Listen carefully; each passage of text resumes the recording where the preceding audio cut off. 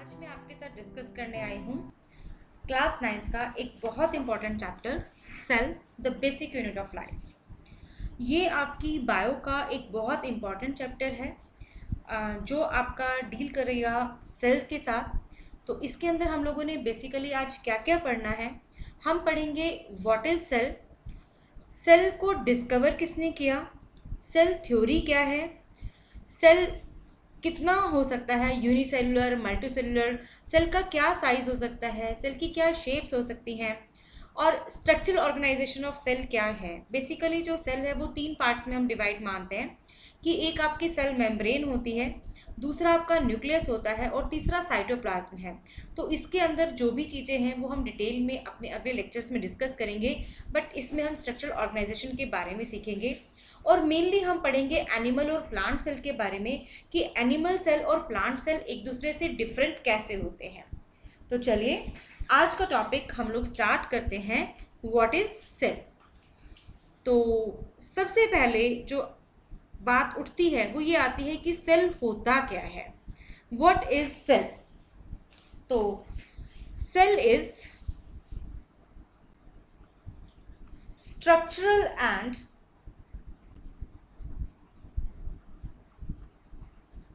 functional unit of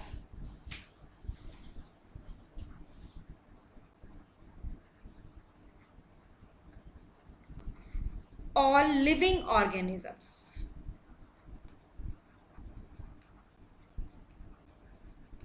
cell is structural, मतलब जो भी स्ट्रक्चर है वो सेल का बना हुआ है, और जो भी हमारी बॉडी के फंक्शन है वो भी सेल से हो रहे हैं। तो cell is structural and functional unit of all living organisms. सबसे पहली और इम्पॉर्टेंट बात। दूसरी इम्पॉर्टेंट बात, it can exist independently, it can exist independently and can perform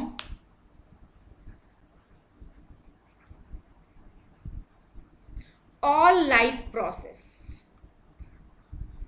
ये इंडिपेंडेंटली एग्जिस्ट कर सकता है और सभी लाइफ प्रोसेस जो है वो ये कर सकता है। अब जो आपका सिंगल सेल ऑर्गेनिजम्स होते हैं, कुछ ऑर्गेनिज्म जो हैं वो सिंगल सेल होते हैं, उनको हम बोलते हैं कि वो है यूनिसेलुलर ऑर्गेनिजम्स। ठीक है, they are known as unicellular organism. और कुछ ऐसे ऑर्गेनिजम्स होते हैं जो मल्टी सेलुलर होते हैं। तो मल्टी सेलुलर ऑर्गेनिज्म यानी कि जिसके अंदर मल्टी सेलुलर सेल प्रेजेंट हो, मिलियंस ऑफ सेल प्रेजेंट हो, मल्टी सेलुलर हो, तो उनको आप बोल देते हैं कि वो मल्टी सेलुलर ऑर्गेनिजम्स हैं। जैसे जितने भी एनिमल्स हैं, प्लांट्स हैं, they are having multi cellular cell. Amoeba है, अमीबा जो है वो एग्जाम्पल है कि वो यूनिसेलुलर ऑर्गेनिज्म है, उसमें सिंगल सेल होता है। ठीक है, अब एक और इम्पॉर्टेंट टर्म जो है आपकी जो इससे एसोसिएटेड है वो है टर्म साइटोलॉजी। साइटोलॉजी क्या होती है? बेसिकली साइटो मीन्स वर्ड होता है सेल और लॉजी का मतलब होता है स्टडी। ठीक है, तो study of cell is called cytology.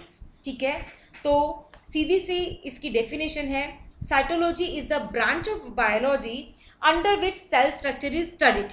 ठीक है, now this term is replaced by cell biology.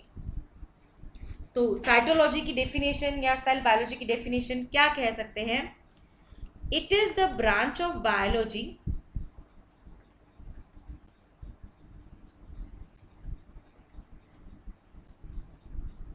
it is the branch of biology under which cell structure is studied।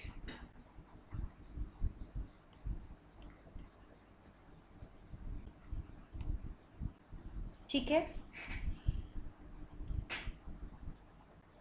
तो साइटोलॉजी आपको पता चल गया, क्या होता है?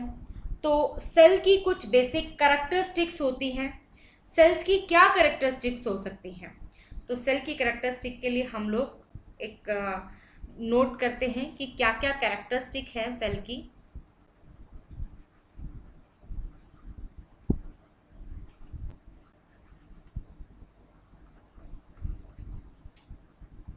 तो सबसे पहली कैरेक्टरिस्टिक देखिए क्या है सेल की। फर्स्ट कैरेक्टरिस्टिक है जो सेल की, वो है cells are the building blocks of building block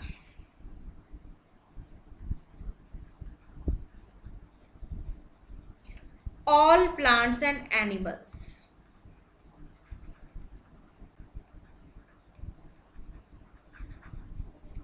दूसरी कैरेक्टरिस्टिक क्या है? Cell is capable of independent existence.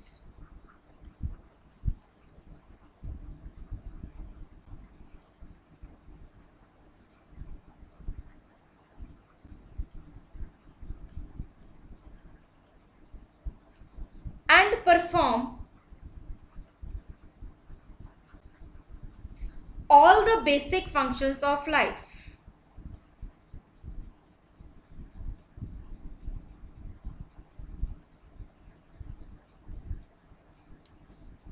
तीसरी इंपॉर्टेंट बात, every organism start its life as a single cell.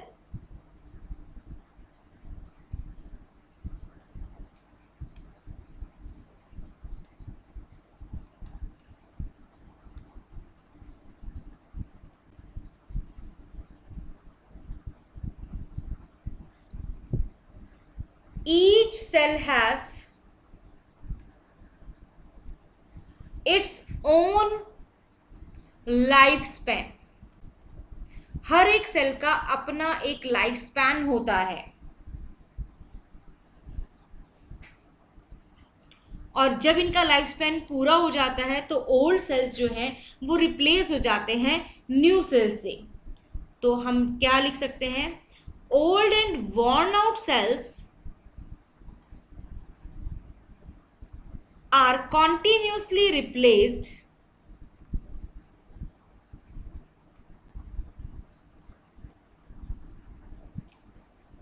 by new cell।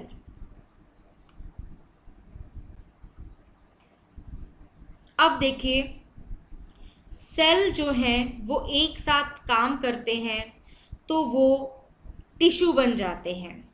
Tissue जब बहुत सारे काम करते हैं एक साथ तो वो क्या बनाते हैं? वो ऑर्गन बनाते हैं, ठीक है। और जब ऑर्गन्स एक साथ काम करते हैं तो वो एक ऑर्गन सिस्टम बनाते हैं, और जब बहुत सारे ऑर्गन सिस्टम मिलते हैं तो वो पूरा एक ऑर्गेनिज्म बनाते हैं। फॉर एग्जाम्पल, ह्यूमन बीइंग जो है वो एक ऑर्गेनिज्म है। ह्यूमन बीइंग में बहुत सारे ऑर्गन सिस्टम काम करते हैं, जैसे कि डाइजेस्टिव सिस्टम है, रेस्पिरेटरी सिस्टम है, एक्सक्रीटरी सिस्टम है। और अगर आप डाइजेस्टिव सिस्टम को देखें तो उसमें बहुत सारे ऑर्गन्स आपके इन्वॉल्व हैं। आपका माउथ इन्वॉल्व है, ऑइसोफेगस इन्वॉल्व है, स्टमक इन्वॉल्व है, लिवर इन्वॉल्व है, आपकी इंटेस्टाइन्स इन्वॉल्व हैं। तो ये सब क्या है? ऑर्गन। अब जो ये स्टमक है, आपका टंग है, आपका इंटेस्टाइन है, इसके अंदर अलग अलग तरह के टिश्यूज जो हैं वो प्रेजेंट होते हैं। और जो टिश्यू है वो बेसिक यूनिट क्या है? बेसिक यूनिट है आपकी सेल। तो अब आप सोचेंगे कि क्या हमने कभी सेल देखा है? हम सेल को कैसे देख सकते हैं? सेल का स्ट्रक्चर कैसा होता है? क्या प्लांट सेल और एनिमल सेल एक जैसा होता है? तो चलिए हम आपको आज प्लांट सेल का स्ट्रक्चर बताते हैं। आप सभी के घरों में ओनियन होती है, ठीक है। तो हम ओनियन को देखते हैं ओनियन माइक्रोस्कोप के नीचे कैसे दिखती है। तो आपको ये डायग्राम नज़र आ रहा है, ये ओनियन पील सेल है। आपने क्या करना है? आपने एक ओनियन लेनी है और उसके अंदर से आपने उसको छील कर उसके ऊपर से जो थिन मेम्ब्रेन होती है वो निकाल लेनी है। थिन मेम्ब्रेन जब आप निकाल लेंगे तो आप क्या करेंगे? आप उस पील को, आप उसे क्या कहेंगे? पील कहेंगे। उस मेम्ब्रेन को आप ट्रांसफर कर दीजिए एक वॉच ग्लास पे। ठीक है, वॉच ग्लास में आप क्या करेंगे, वॉच ग्लास में आप एक डाई डालेंगे। डाई आप कौन सी यूज करेंगे या स्टेन आप कौन सा यूज करेंगे, आप स्टेन यूज करेंगे सैफ्रेनिन। ठीक है, सैफ्रेनिन। यहाँ पर जो आपको ओनियन दिखाई दे रही है, ये सैफरन डाई से कलर की हुई है। आप इसमें देख सकते हैं, आपको स्ट्रक्चर नज़र आ रहा है।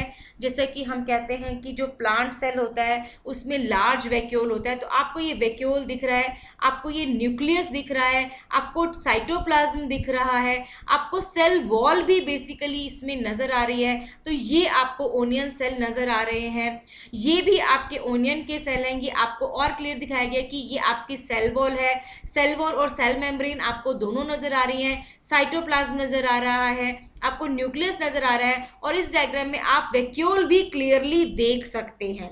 तो ये जो भी आपके डायग्राम है ये सभी उसी चीज़ को डिपिक्ट करने के लिए हैं। ये आपको वैक्यूल दिखाया गया है, ये दिखाया गया कि न्यूक्लियस पेरिफेरी में चला गया है, ये आपकी सेल मेम्ब्रेन है, और ये आपकी सेल वॉल है। ये देखिए, ये सेल वॉल दिखाई गई है, ये आपको सेल मेम्ब्रेन दिखाई गई है, ये आपको न्यूक्लियस दिखाया गया है। ठीक है, तो ये चीज़ें जो है वो आपने नोट डाउन इजीली करनी है। तो आपने क्या किया, आपने पील ली, वॉच ग्लास पे डाली, उसमें थोड़ा सा सैफरनिन डाला, इसको 2-3 मिनट्स के लिए आपने छोड़ दिया, 2-3 सेकेंड्स के लिए रादर छोड़ दिया। तो ये आपकी जो पील है वो स्टेन्ड हो जाएगी। उसके बाद आपने इसको थोड़ा सा वाटर से वॉश किया, ठीक है, ताकि उसका एक्स्ट्रा स्टेनिंग जो है वो निकल जाए। फिर आपने इसको एक स्लाइड पे रखा, स्लाइड पे रख के आपने कवर स्लिप से ढक दिया। अब आप जब इसको माइक्रोस्कोप के नीचे देखेंगे तो आपको इस तरीके का स्ट्रक्चर जो है नज़र आएगा। तो इसमें आपको क्या क्या फैक्ट्स नज़र आ रहे हैं, आपको इसके अंदर रेक्टेंगुलर या आप क्या कह सकते हैं ब्रिक शेप्ड, आप इसके अंदर ब्रिक शेप्ड सेल्स जो है वो देख पा रहे हैं। ठीक है, दूसरा आपको क्या चीज है, आपको सेल वॉल जो है वो बहुत प्रोमिनेंट नजर आ रही है। सेल वॉल आप इजीली डिस्टिंग्विश कर सकते हैं, इसके अंदर सेल वॉल आपको नजर आ रही है। तीसरी बात, आपको इसके अंदर डार्कली स्टेन्ड आपको वेल डिफाइंड न्यूक्लियस एक तरह से नजर आता है, स्फेरिकल न्यूक्लियस आपको इसके अंदर नजर आ रहा है। ठीक है, और आपको क्या चीज नजर आ रही है, आपको इसके अंदर प्रोमिनेंट वैक्यूल नजर आ रहा है, एक प्रोमिनेंट वैक्यूल आपको इसके अंदर दिख रहा है। उसके बाद आपको साइटोप्लाज्म जो है वो आपको दिख रही है कि साइटोप्लाज्म जो है वो एक थिन लेयर बनाता है। कहाँ कहाँ थिन लेयर बनाता है, साइटोप्लाज्म जो है थिन लेयर बना रहा है between cell wall and vacuole.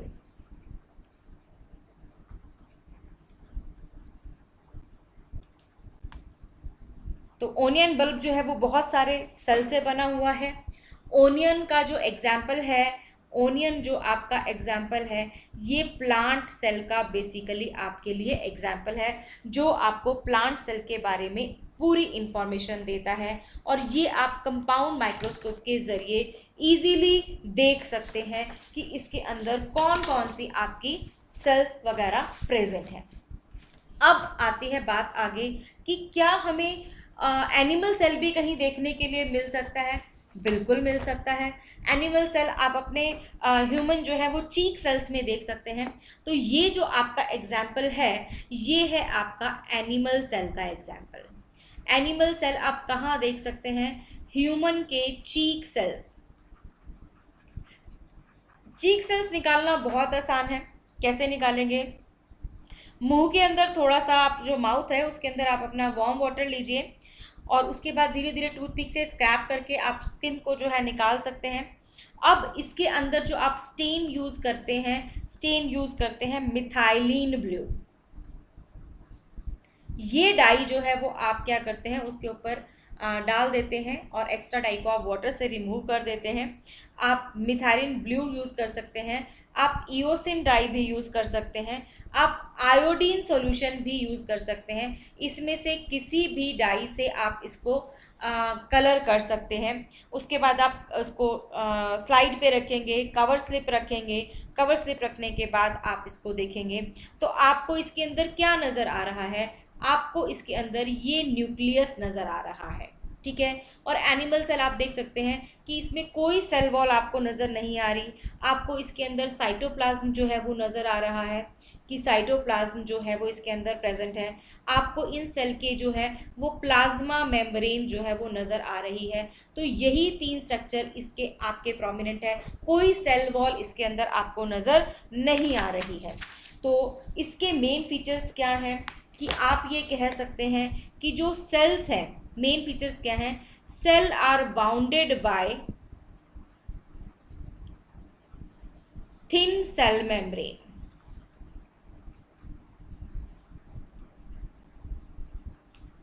दूसरी बात आपको क्या नजर आ रही है, आपको डार्कली स्टेन्ड न्यूक्लियस नजर आ रहा है।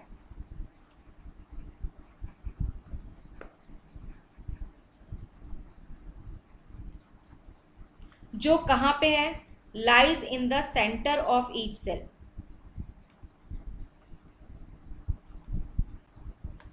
तीसरा आपको क्या नजर आता है, कोई सेल वॉल प्रेजेंट नहीं है, cell wall is absent.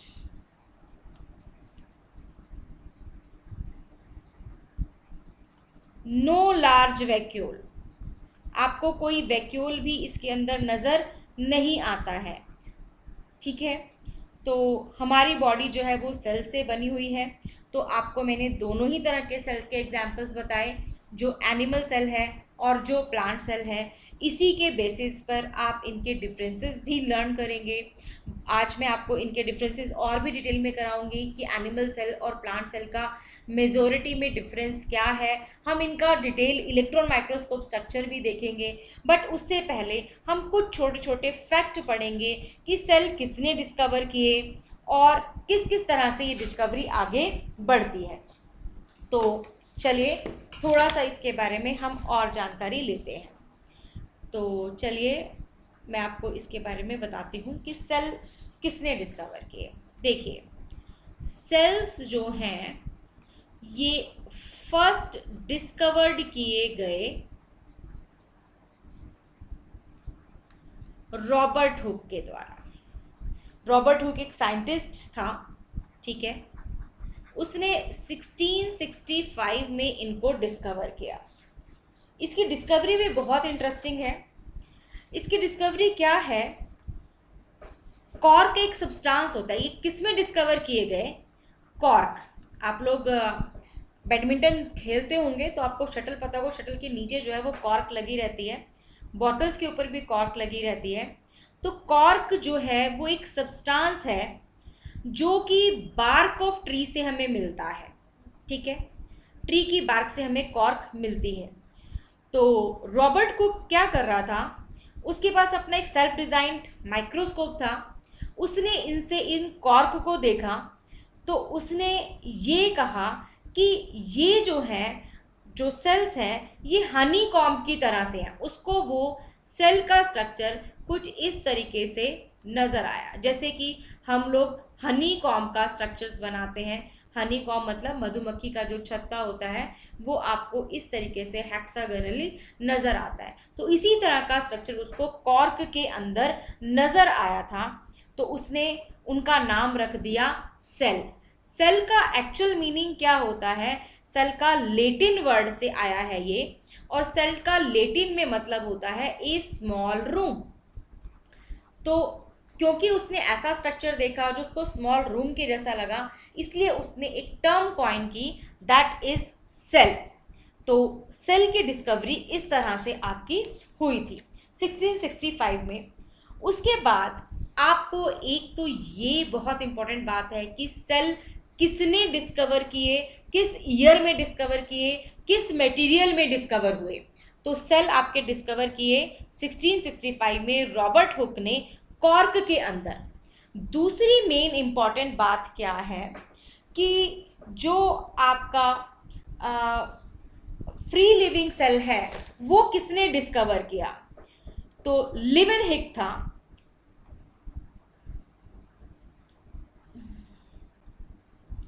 लेवेनहुक in 1674 improved microscope के साथ उसने डिस्कवर किए थे फ्री लिविंग सेल, कि लिविंग सेल, क्योंकि ये जो सेल थे वो डेड सेल थे, कॉर्क जो है डेड सेल से बनी हुई होती है, तो सेल्स की डिस्कवरी सबसे पहले रॉबर्ट हुक ने की, बट लिविंग सेल की डिस्कवरी जो है वो लेवेनहुक ने 1674 में की थी। किसके अंदर? पॉन्ड वाटर के अंदर। ठीक है। उसके बाद जो न्यूक्लियस की डिस्कवरी है कि सेल में न्यूक्लियस प्रेजेंट है, ये किसने किया है? रॉबर्ट ब्राउन ने। रॉबर्ट ब्राउन ने 1831 में न्यूक्लियस की डिस्कवरी की। उसके बाद नेक्स्ट डिस्कवरी आपकी की है पुरकिंजे ने प्रोटोप्लाज्म टर्म की। ठीक है। Protoplasm is discovered by Purkinje in 1839। तो बेसिकली जो प्रोटोप्लाज्म टर्म है वो आपकी पुरकिंजे ने दी है 1839 में। उसके बाद आपकी जो सेल थ्योरी है ये 2 बायोलॉजिस्ट ने आपकी प्रोवाइड की है। Cell theory it is given by 2 biologists Claden and Schwann।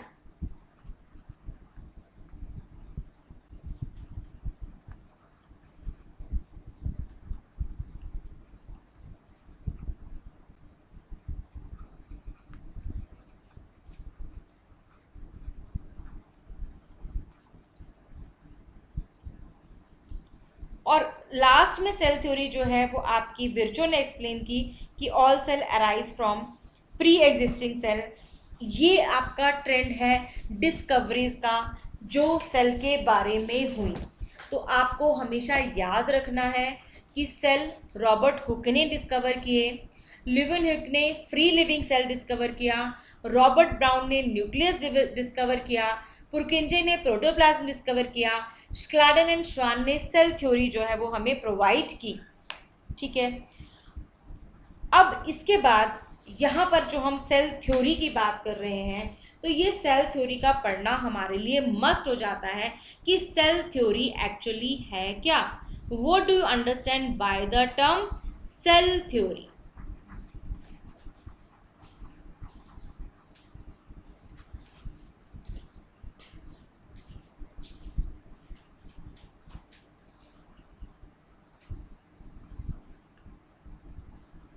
Cell theory के बारे में अगर हम बात करें तो मैंने अभी आपको बताया कि क्लाडन और श्वान ने ये थ्योरी दी थी। ये दोनों ही जर्मन बॉटनिस्ट और जर्मन जूलॉजिस्ट थे। जर्मन बॉटनिस्ट का नाम था एमजी क्लाडन और जर्मन जूलॉजिस्ट का नाम था थियोडोर श्वान। ठीक है। इन्होंने सेल थ्योरी जो है फॉर्मुलेट की थी प्लांट्स और एनिमल्स के लिए।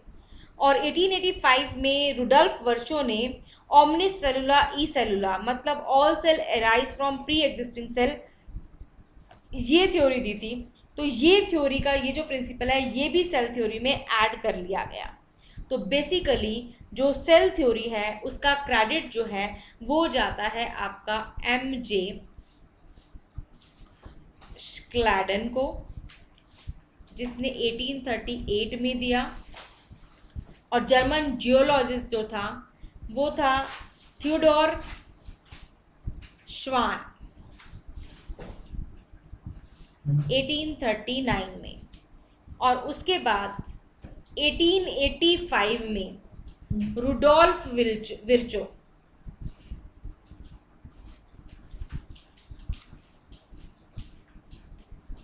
इन तीनों ने मिलकर सेल थ्योरी जो है वो डेवलप की है। तो फर्स्ट इसका पॉइंट क्या है? Cell is the basic unit of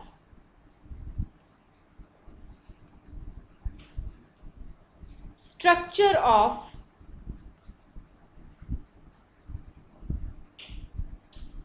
all plants and animals. Second point, Cell is the basic unit of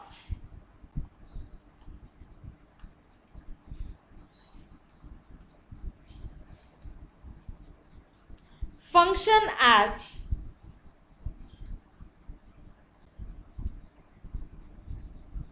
all the metabolic reaction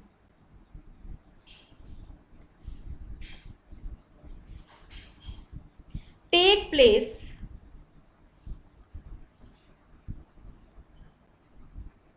inside the cell.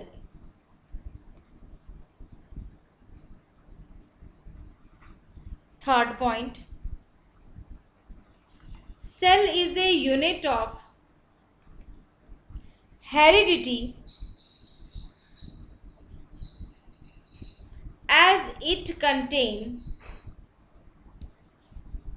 hereditary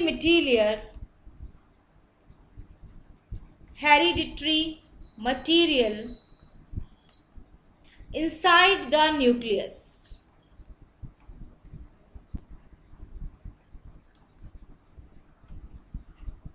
next point जो Virchow ने दिया, all living cell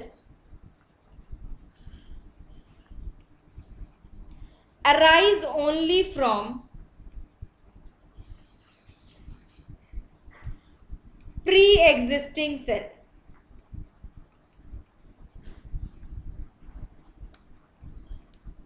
तो cell theory basically आपको क्या बताती है? पहला point कहती है कि सेल जो है वो बेसिक यूनिट है स्ट्रक्चर का. ठीक है, तो सेल की डेफिनेशन भी आपने यही पढ़ी थी. Cell is the basic unit of structure and function unit of life. Cell is the basic unit of structure and function unit of life. तो आपका जो फर्स्ट पॉइंट है वो फर्स्ट पॉइंट को कवर कर रहा है कि बेसिक यूनिट ऑफ स्ट्रक्चर है, चाहे वो प्लांट्स हैं चाहे वो एनिमल्स हैं. दूसरा पॉइंट कहता है कि बेसिक यूनिट ऑफ फंक्शन है क्योंकि जितने भी मेटाबॉलिक रिएक्शन है वो टेक प्लेस कर रहे हैं इनसाइड द सेल. तीसरी बात कहता है कि ये हेरिडिटी की भी यूनिट है क्योंकि जो हेरिडिटरी इंफॉर्मेशन होती है वो न्यूक्लियस के अंदर स्टोर रहती है in the form of chromosome. और क्रोमोसोम जो है वो हेरिडिटरी मटेरियल कैरी करते हैं, जीन्स कैरी करते हैं. और जो सेल हैं वो अपने प्री एग्जिस्टिंग सेल से ही अराइज करते हैं. तो ये आपकी सेल थ्योरी है. अब इसमें कुछ एक्सेप्शंस भी हैं. एक्सेप्शंस क्या है जो इस सेल थ्योरी के अकॉर्डिंग वैलिड नहीं है? तो exceptions to cell theory, exceptions to cell theory में क्या आएंगी? आपके जो वायरसेस हैं, वायरसेस आपके सेल नहीं होते, ये बेसिकली न्यूक्लियोप्रोटीन पार्टिकल्स होते हैं.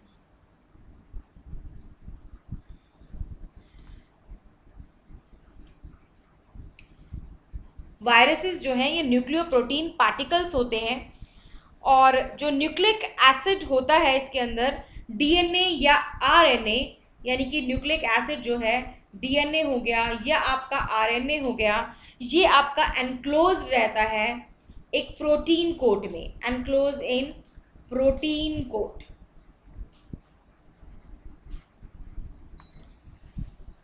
वायरस के अंदर न्यूक्लियस भी नहीं होता, साइटोप्लाज्म भी नहीं होता, एंजाइम भी नहीं होता, और वो मल्टीप्लाई भी नहीं कर सकते आउटसाइड लिविंग सिस्टम, और वो कोई भी life activity outside the living organism perform नहीं कर सकते. यानी कि जब तक उनको लिविंग बॉडी नहीं मिलेगी वो नॉन लिविंग की तरह ही एक्ट करते हैं. सिमिलरली आपकी पहली एक्सेप्शन थी वायरस. दूसरी एक्सेप्शंस आपकी हैं जो बैक्टीरिया और ब्लू ग्रीन एल्गा हैं. जो बैक्टीरिया हैं, ब्लू ग्रीन एल्गा हैं, ये भी आपके ट्रू सेल नहीं होते क्योंकि इनके अंदर न्यूक्लियर मेम्ब्रेन और सेल ऑर्गेनेल्स नहीं होती. और कुछ आपकी फंगाई भी जो हैं वो ए सेलुलर बॉडी कंटेन करती हैं. उनके अंदर प्रोटोप्लाज्म के अंदर बहुत सारे न्यूक्लियाई होते हैं पर वो भी ट्रू सेल नहीं होती. तो ये आपकी कुछ एक्सेप्शंस हैं जो आपकी सेल थ्योरी को नहीं मानती. अब सेल्स कितनी तरह के हो सकते हैं? How many number of cells are possible? ठीक है, तो अगर हम नंबर ऑफ सेल की बात करें कि नंबर ऑफ सेल के बेसिस पर ऑर्गेनिज्म जो है वो कितनी तरह के हो सकते हैं, तो ऑर्गेनिज्म जो है they can be of two type. Organism may be unicellular और मल्टीसेलुलर। तो अब बात ये अराइज होती है कि ये यूनिसेलुलर होता क्या है। तो यूनिसेलुलर की अगर हम बात करें तो यूनिसेलुलर क्या ऑर्गेनिज्म होता है? यूनिसेलुलर वो ऑर्गेनिज्म होता है which are made up of only one cell, made up of only one cell. तो इसके एग्जाम्पल्स क्या क्या हो सकते हैं? जैसे आपका बैक्टीरिया है, ठीक है, आपका यीस्ट है, आपका अमीबा है, आपका पैरामीशियम है, क्लेमाइडोमोनास है,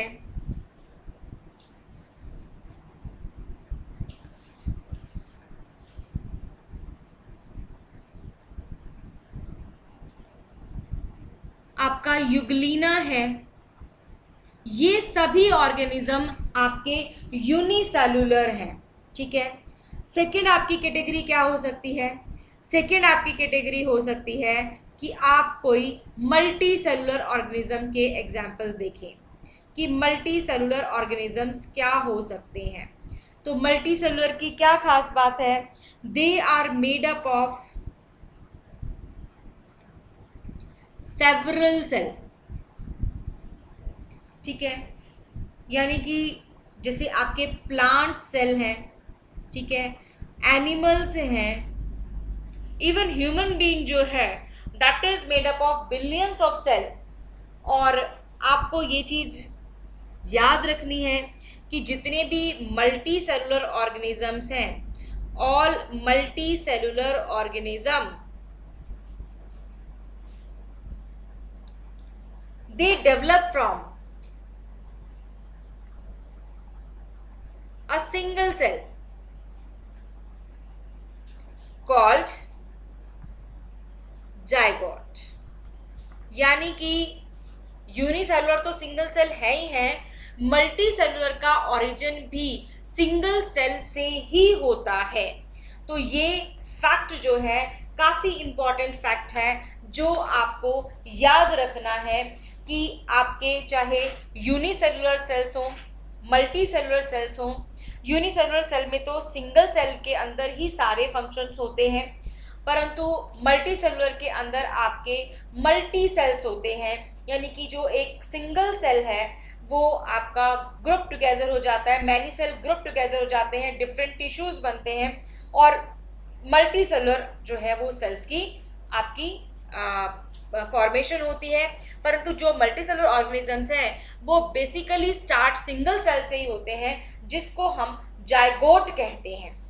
अब उसके बाद जो बात आती है वो ये आती है कि सेल्स कितने बड़े हो सकते हैं, सेल्स का साइज क्या हो सकता है। तो सेल के साइज की अगर हम बात करें कि सेल का साइज कहाँ से कहाँ तक वेरी कर सकता है, तो सेल जो है वो आपके इतने छोटे हो सकते हैं कि वो आपको माइक्रोस्कोप से ही नजर आए। जैसे कि जो आपका PPLO है, PPLO यानी कि माइकोप्लाज्मा, PPLO का एग्जाम्पल है माइकोप्लाज्मा। वो इतना छोटा सेल है कि आप ये कह सकते हैं कि उसका जो साइज है 0.1 से लेकर 0.15 माइक्रोन तक होता है। अब माइक्रोन क्या होता है?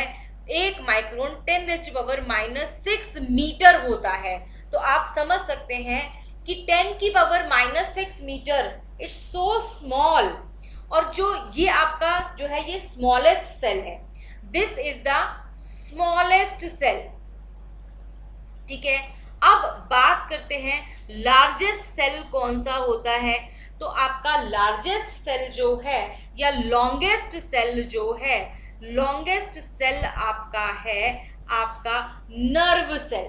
नर्व सेल जो है ये आपका सबसे लॉन्गेस्ट सेल में काउंट होता है और इसकी जो लेंथ है ये 1 मीटर हो सकती है। तो एक तरफ आप देखिए एक सेल 1 मीटर का है और जो स्मॉलेस्ट है वो आपका 0.1 से 0.15 माइक्रोन तक होता है। तो ये एक बहुत ही अच्छी बात है। और जो लार्जेस्ट सेल है, ठीक है, लार्जेस्ट सेल है वो है ऑस्ट्रिच एग। तो ये आपका जीके का क्वेश्चन भी हो सकता है। Smallest cell, longest cell, largest cell. और लार्जेस्ट सेल जो ऑस्ट्रिच एग है ये लगभग 170 से 135 मिलीमीटर इन डायमीटर होता है। This is in the diameter of ostrich egg. और ये आपका जो है इंफॉर्मेशन थी आपके लिए सेल कि वो कितनी तरह के हो सकते हैं अकॉर्डिंग टू नंबर, उनका साइज क्या हो सकता है।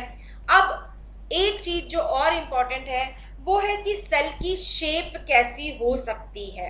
सेल की शेप कैसी हो सकती है मतलब सेल कैसा कैसा हो सकता है। तो सेल की जो शेप है वो आपकी स्फेरिकल हो सकती है, ठीक है, स्फेरिकल, या आप कह सकते हैं ओवल। ये किस में होती है? ये आपकी ओवम में होती है, ठीक है। और जो आपकी पॉलीगोनल है, पॉलीगोनल शेप जो है ये लिवर सेल की होती है। Liver cells are polygonal in shape. Cuboidal, cuboidal आपके होते हैं बोन सेल, ठीक है। Spindle shaped, spindle shaped cell जो है ये आपके होते हैं smooth muscle cell. Muscle cell हम टिश्यूज वाले चैप्टर में डिटेल में पढ़ेंगे। तो स्मूथ मसल सेल जो है वो स्पिंडल शेप्ड होते हैं।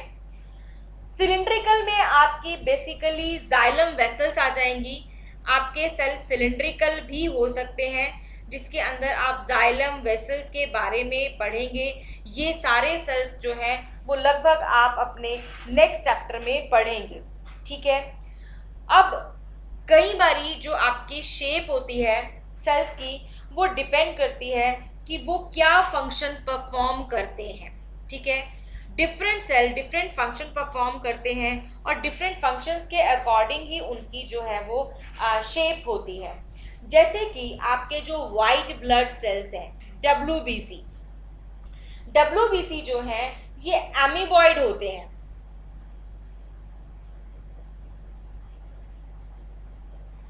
और इनके अंदर स्यूडोपोडिया होते हैं।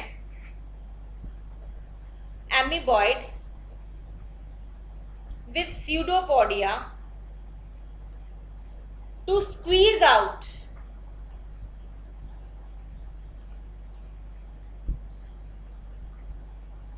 through capillary wall.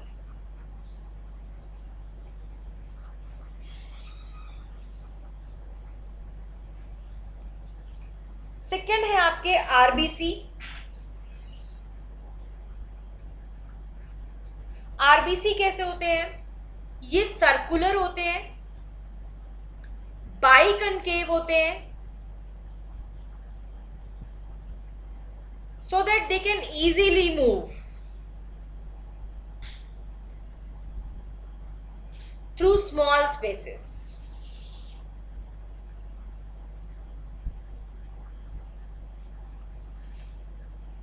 अब नर्व सेल कैसे होते हैं?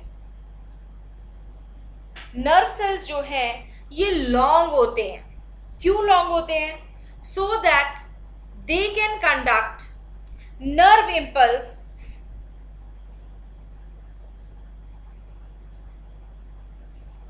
टू डिस्टेंट प्लेसेस या distant part of the body.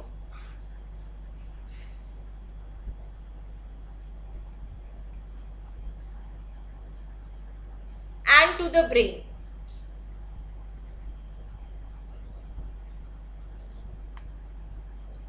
Muscle cell कैसे होते हैं? मसल सेल जो हैं ये लॉन्ग भी होते हैं और ये कॉन्ट्रैक्टाइल भी होते हैं ताकि ये अपना जो फ्लेक्सिबिलिटी का फंक्शन है या मूवमेंट का फंक्शन है बोन्स का, उसको हेल्प कर सके, to help in movement of bones. ठीक है, तो अब तक जो हमने पढ़ा वो हमने क्या पढ़ा सेल्स के बारे में। सेल्स जो है वो बिल्डिंग ब्लॉक्स हैं प्लांट और एनिमल्स के। सेल इंडिपेंडेंट एग्जिस्ट करते हैं। Cell basic function of life perform करते हैं। हर एक ऑर्गेनिज्म अपनी लाइफ को सिंगल सेल के तौर पे स्टार्ट करता है। हर सेल की अपनी ओन लाइफ स्पैन होती है। ओल्ड और वॉर्न आउट सेल्स जो है वो रिप्लेस हो जाते हैं न्यू सेल से in the body of multicellular organism. Cell group together होकर टिश्यू बनाते हैं, टिश्यू से ऑर्गन बनता है, ऑर्गन से ऑर्गन सिस्टम बनता है और ऑर्गन सिस्टम मिलकर एक ऑर्गेनिज्म बनाते हैं। सेल के अंदर डिफरेंट ऑर्गेनेल्स होते हैं और ये ऑर्गेनिज्म जो है स्पेसिफिक फंक्शन करते हैं, यानी कि डिवीजन ऑफ लेबर जो है वो सेल ऑर्गेनेल्स के अंदर हमें देखने के लिए मिलता है। तो ये सब कुछ बेसिक फैक्ट्स थे जो आपने स्टडी किए कि सेल का क्या क्या बेसिक फंक्शन है। तो अब हम पढ़ेंगे स्ट्रक्चरल ऑर्गेनाइजेशन ऑफ सेल, कि स्ट्रक्चरल ऑर्गेनाइजेशन ऑफ सेल क्या है, सेल कैसे कैसे बना हुआ है। तो बेसिकली इसके 3 मेन पार्ट्स हैं। एक तो है आपकी प्लाज्मा मेम्ब्रेन, ठीक है, जिसको आप सेल मेम्ब्रेन भी कहते हैं। दूसरा जो है आपका वो है आपका न्यूक्लियस, ठीक है, और तीसरा और मेन पार्ट जो है वो है आपका साइटोप्लाज्म। 3 मेन चीजें हैं जो आपने इस चैप्टर के अंदर स्टडी करनी है। अगर हम बात करें स्ट्रक्चरल ऑर्गेनाइजेशन ऑफ सेल की, तो स्ट्रक्चरल ऑर्गेनाइजेशन ऑफ सेल जो है वो 3 चीज़ों से मिलकर बना है। पहली चीज जो है वो इसके अंदर है कि आपके सेल की आउटर मोस्ट कवरिंग जो है प्लाज्मा मेम्ब्रेन, या जिसको आप कह सकते हैं सेल मेम्ब्रेन। दूसरा है इसका मेन सेंटर जो है न्यूक्लियस। न्यूक्लियस क्या काम करता है? न्यूक्लियस हेरिडिटरी इंफॉर्मेशन कंट्रोल करता है, न्यूक्लियस प्रोटीन सिंथेसिस में हेल्प करता है, न्यूक्लियस सेल डिवीजन में हेल्प करता है, और जो इसका तीसरा और मेन इंपॉर्टेंट पार्ट है वो है साइटोप्लाज्म। साइटोप्लाज्म के अंदर आपके सभी ऑर्गेनेल्स जो हैं अदर प्रेजेंट होते हैं, जैसे कि आपका माइटोकॉन्ड्रिया है, अगर प्लांट सेल है तो क्लोरोप्लास्ट प्रेजेंट है, एंडोप्लाज्मिक रेटिकुलम प्रेजेंट है, गोल्जी बॉडी प्रेजेंट है, लाइसोसोम्स प्रेजेंट है, जो सेल के वेरियस अदर फंक्शंस को परफॉर्म करते हैं। तो आपको जो प्लांट सेल है और एनिमल सेल है इसके बारे में अब मैं बताने वाली हूँ कि प्लांट सेल क्या होता है, एनिमल सेल क्या होता है, और ये तीनों जो पार्ट हैं ये हम अपने नेक्स्ट लेक्चर में डिटेल में डिस्कस करने वाले हैं कि प्लाज्मा मेम्ब्रेन क्या होती है, न्यूक्लियस क्या होता है, साइटोप्लाज्म के अंदर जो वेरियस सेल ऑर्गेनेल्स मिलते हैं वो कौन कौन से हैं और वो क्या फंक्शन परफॉर्म करते हैं। तो चलिए अब देखते हैं कि एनिमल सेल कैसा होता है। ये आपको एक डायग्राम नज़र आ रहा है, इसमें आपको ये डायग्राम के अंदर अगर आप ध्यान से देखें तो आपको एक आउटर मोस्ट इसके अंदर जो है नज़र आ रही है ये कवरिंग, इसका नाम है सेल मेम्ब्रेन। इसको हम सेल मेम्ब्रेन भी कह सकते हैं, इसको हम प्लाज्मा मेम्ब्रेन भी कह सकते हैं। दूसरा आपको ये नज़र आ रहा है ये है न्यूक्लियस। अब इसके अंदर आपको एक नजर आ रहा है ये डार्क स्टेन बॉडी जिसको आप कहते हैं न्यूक्लियोलस। तो ये क्या चीज है? ये है आपका न्यूक्लियोलस, और ये पूरा का पूरा क्या है? ये पूरा का पूरा है आपका न्यूक्लियस। और आपको जो ये कवरिंग नजर आ रही है इसको आप कहते हैं न्यूक्लियर मेम्ब्रेन, ठीक है। अब ये आपका मेन कंट्रोल सेंटर हो गया। अब इसके चारों तरफ क्या होता है? एंडोप्लाज्मिक रेटिकुलम होता है। अगर उस पर राइबोसोम्स अटैच होते हैं तो आप उसे रफ एंडोप्लाज्मिक रेटिकुलम बोलते हैं, या आप इसे RER भी बोल सकते हैं। यहाँ पे जो R वर्ड है वो बेसिकली रफ है, जो राइबोसोम्स की वजह से होता है, और जो आपका स्मूथ है ये भी आपका एंडोप्लाज्मिक रेटिकुलम है। तो एंडोप्लाज्मिक रेटिकुलम जो है वो आपका दो तरह का होता है, rough endoplasmic reticulum and smooth endoplasmic reticulum. Rough में आपके सिर्फ ये डिफरेंस होता है कि उसमें राइबोसोम प्रेजेंट होते हैं, स्मूथ में राइबोसोम प्रेजेंट नहीं होते। ये आपका एक और ऑर्गेनेलिस है जिसको हम कहते हैं माइटोकॉन्ड्रिया। माइटोकॉन्ड्रिया को हम powerhouse of the cell भी कहते हैं, क्योंकि एटीपी सिंथेसिस जो है वो माइटोकॉन्ड्रिया के अंदर ही होती है। ये एक स्मॉल सा वैक्यूल जो है वो आपको एनिमल सेल में दिखाया गया है, क्योंकि एनिमल सेल के अंदर छोटे छोटे वैक्यूल्स होते हैं, लार्ज सेंट्रल वैक्यूल प्रेजेंट नहीं होता है। और ये आपको राइबोसोम जो है वो शो किया गया है रफ एंडोप्लाज्मिक रेटिकुलम के ऊपर। ये आपको लाइसोसोम शो किया गया है जो कि suicidal bag of the cell कहलाता है, जो टॉक्सिक सब्सटेंस रखता है और जिसका जब उसको वो करना होता है, डिस्ट्रॉय करना होता है, तो ये अपना सुसाइड कर लेता है, इनको ख़त्म कर देता है, इसीलिए इसको suicide bag of the cell भी कहा जाता है। इसको हम आपके डिस्कस करेंगे जब हम सेल ऑर्गेनेलिस साइटोप्लाज्म के डिस्कस करेंगे। ये है आपकी गोल्जी एपरेटस। गोल्जी एपरेटस से गोल्जी वेसिकल्स जो है वो रिलीज होती हैं। गोल्जी बॉडी भी हम आगे लेटर ऑन डिटेल में डिस्कस करने वाले हैं। ये है सेंट्रियोल्स जो मेन इंपॉर्टेंट रोल प्ले करते हैं जब हमें सेल डिवीजन जो है वो पढ़नी होती है। ठीक है, तो ये आपका स्ट्रक्चर था जो आपका एनिमल सेल का शो किया गया है।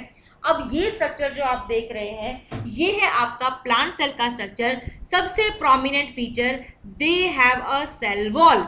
तो ये आप जो आउटर मोस्ट कवरिंग देख रहे हैं, ये वाली जो कवरिंग है ये आपकी सेल वॉल है, और जो ये अंदर वाली है ये आपकी सेल मेम्ब्रेन है। तो प्लांट सेल और एनिमल सेल का फर्स्ट मेजर डिफरेंस क्या है? Presence of cell wall in plant cell, it is the major difference. Second difference क्या है बेटा? ये आपको एक वैक्यूल दिख रहा है जो आप देख रहे हैं कितने बड़े साइज का है, जिसकी वजह से न्यूक्लियस सेंट्रल ना होकर पेरिफ्री में चला गया है। तो large central vacuole is the second main point of plant cell which separate it from animal cell. अब इसके अंदर आपको माइटोकॉन्ड्रिया नजर आ रहा है, ये बिल्कुल सेम है जैसा कि आपने देखा था एनिमल सेल के अंदर। ये आपको गोल्जी एपरेटस नजर आ रहा है, ये आपको एमाइलोप्लास्ट और पेरोक्सिजेम्स नजर आ रहे हैं। अब ये एक बहुत यूनिक फीचर है क्लोरोप्लास्ट का जो आपको सिर्फ प्लांट सेल में देखने के लिए मिलता है। ये आपको राइबोसोम शो किए गए हैं जो आपके स्मूथ एंडोप्लाज्मिक रेटिकुलम और एंडोप्लाज्मिक रेटिकुलम दोनों पे प्रेजेंट हो सकते हैं। ये आपको एंडोप्लाज्मिक रेटिकुलम दिखाया गया है, ये स्मूथ एंडोप्लाज्मिक रेटिकुलम बेसिकली दिखाया है, और अगर इस पे राइबोसोम प्रेजेंट हो तो यही जो आपका एंडोप्लाज्मिक रेटिकुलम है ये रफ एंडोप्लाज्मिक रेटिकुलम में कन्वर्ट हो जाता है। ये आपको न्यूक्लियस दिखाया गया है, ये न्यूक्लियोलस दिखाया गया है, और ये आपको दिखाया गया है कि ये पूरा सेल स्ट्रक्चर जो है ये साइटोप्लाज्म से फिल होता है। तो यही लगभग इसके अंदर जो है आपके मेजर डिफरेंसेस रहते हैं जो आपके प्लांट सेल और एनिमल सेल के बीच में होते हैं। तो चलिए एनिमल सेल और प्लांट सेल के अब हम डिफरेंसेस जो हैं वो स्टडी करते हैं कि एनिमल सेल और प्लांट सेल के अंदर मेजॉरिटी में क्या डिफरेंस है। तो एक तरफ आप लिख लीजिए एनिमल सेल और एक तरफ आप लिख लीजिए प्लांट सेल। सबसे पहला पॉइंट जो आप दे रहे हैं वो साइज का दे रहे हैं।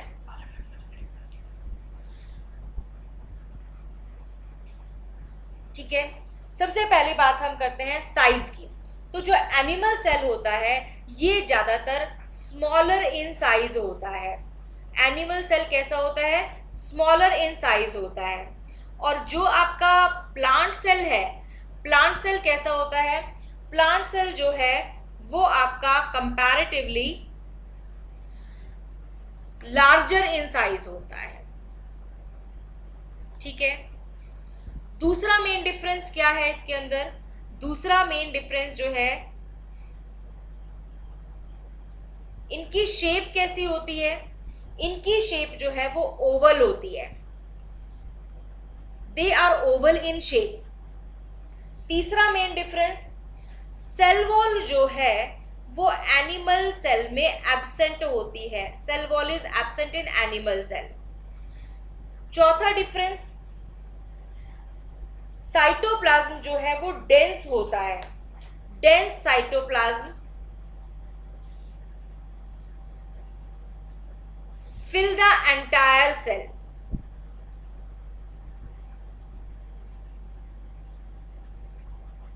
पांचवी बात इसके बारे में, small vacuoles are present.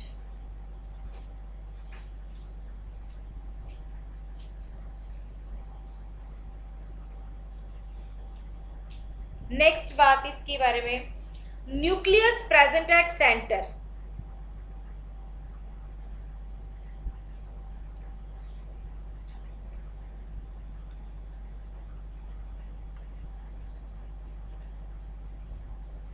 Chloroplast is absent in animal cell.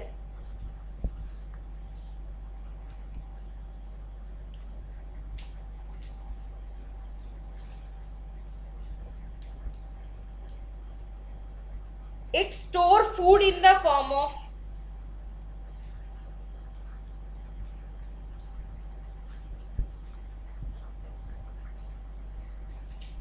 Glycogen. ठीक है, अब करते हैं एनिमल सेल के डिफरेंसेस क्या क्या हैं। एनिमल सेल मैंने बताया आपको, जैसे स्मॉलर इन साइज है, प्लांट सेल जो है वो लार्जर इन साइज होता है। दूसरा मेन डिफरेंस की बात करें, एनिमल सेल जो है वो ओवल होता है शेप में, तो ये जो है जनरली रेक्टेंगुलर होते हैं शेप में। ठीक है, सेल वॉल इनमें एब्सेंट होती है, इनके अंदर सेल वॉल जो है वो प्रेजेंट रहती है। इसके अंदर डेंस साइटोप्लाज्म नहीं होता, साइटोप्लाज्म जो है वो थिन लाइनिंग की फॉर्म में प्रेजेंट होता है, और वो भी आपका जो है ये आपका वैक्यूल जो है वो पेरिफेरी की तरफ पुश कर देता है। तो thin lining is present and it is pushed towards the periphery.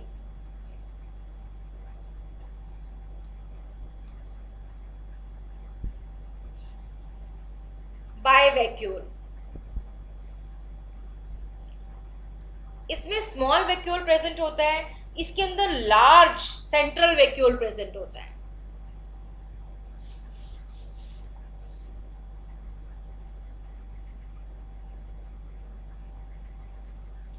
Nucleus centre में प्रेजेंट होता है, न्यूक्लियस इसमें पेरिफेरी पे प्रेजेंट होता है।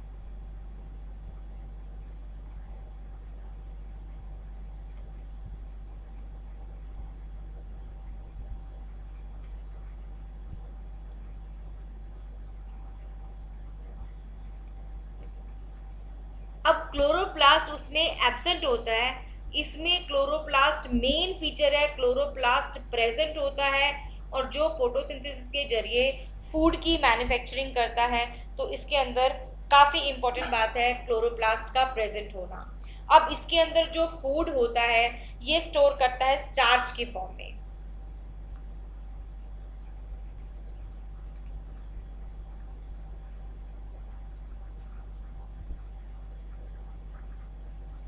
तो इसके अंदर स्टार्च की फॉर्म में होता है, इसके अंदर ग्लाइकोजन की फॉर्म में होता है। तो ये आपके मेन डिफरेंसेस थे प्लांट सेल और एनिमल सेल के बारे में। अगले लेक्चर्स में हम लोग स्टडी करेंगे कि प्लाज्मा मेम्ब्रेन क्या होती है, न्यूक्लियस क्या होता है, साइटोप्लाज्म के अंदर कौन कौन से ऑर्गेनेल्स जो है वो आपके पाए जाते हैं, उनका स्ट्रक्चर कैसे होता है और उनका फंक्शन कैसा होता है। Thank you very much for this lecture.